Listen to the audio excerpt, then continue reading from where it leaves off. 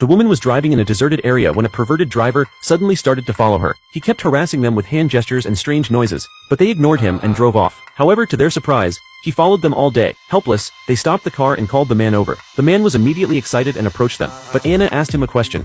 How'd you feel if somebody did that to your mother? Or your sister? Or your wife?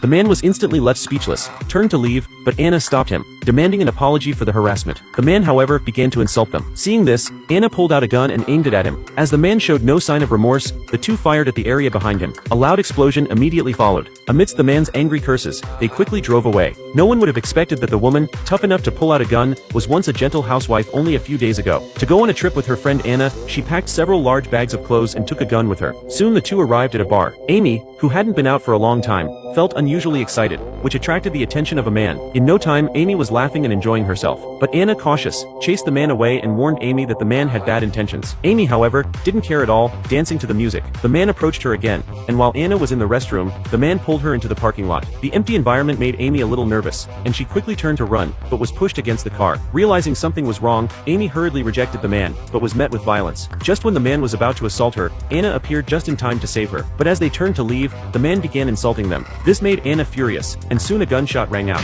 Seeing the scene before her, Anna realized she had made a mistake. The two had no choice but to end their trip and flee by car. However, when they searched through their wallets, they found they only had $40. Reluctantly, they decided to stay at an inn and think of a way out. While Amy went out to clear her mind, Anna called her boyfriend to borrow $6,000. But her boyfriend sensed something was wrong and urgently asked what had happened. The sudden concern made Anna break down emotionally. On the other hand, Amy called her husband for help, but instead received a harsh scolding. He didn't care about Amy's situation and kept venting his anger on her. Seeing this, the woman hung up the phone and turned to head back to the room, but in her dazed state she bumped into Jack. Jack took the opportunity to offer a ride to their school. Amy was about to agree when Anna immediately refused. Looking at the disappointed Jack, Amy regretted her decision. Before she could feel too disappointed, they ran into Jack again at the next watering hole. Seeing this, Anna reluctantly agreed to his request, but not long after, Anna suddenly noticed a police car ahead, and immediately turned the car around to escape. After passing an oil field, they finally lost the police. Once they reached the next city, Anna went to the bank to withdraw money, only to find that there was no deposit in the account. When she mentioned the secret code with her boyfriend, she discovered he was waiting for her there. He kept asking why they needed the money, but Anna refused to tell him. This made her boyfriend somewhat angry. He said he hoped they could be honest with each other, because he had come there to propose. On the other side, Amy suddenly heard a knock on the door. When she opened it, she found Jack, soaking wet.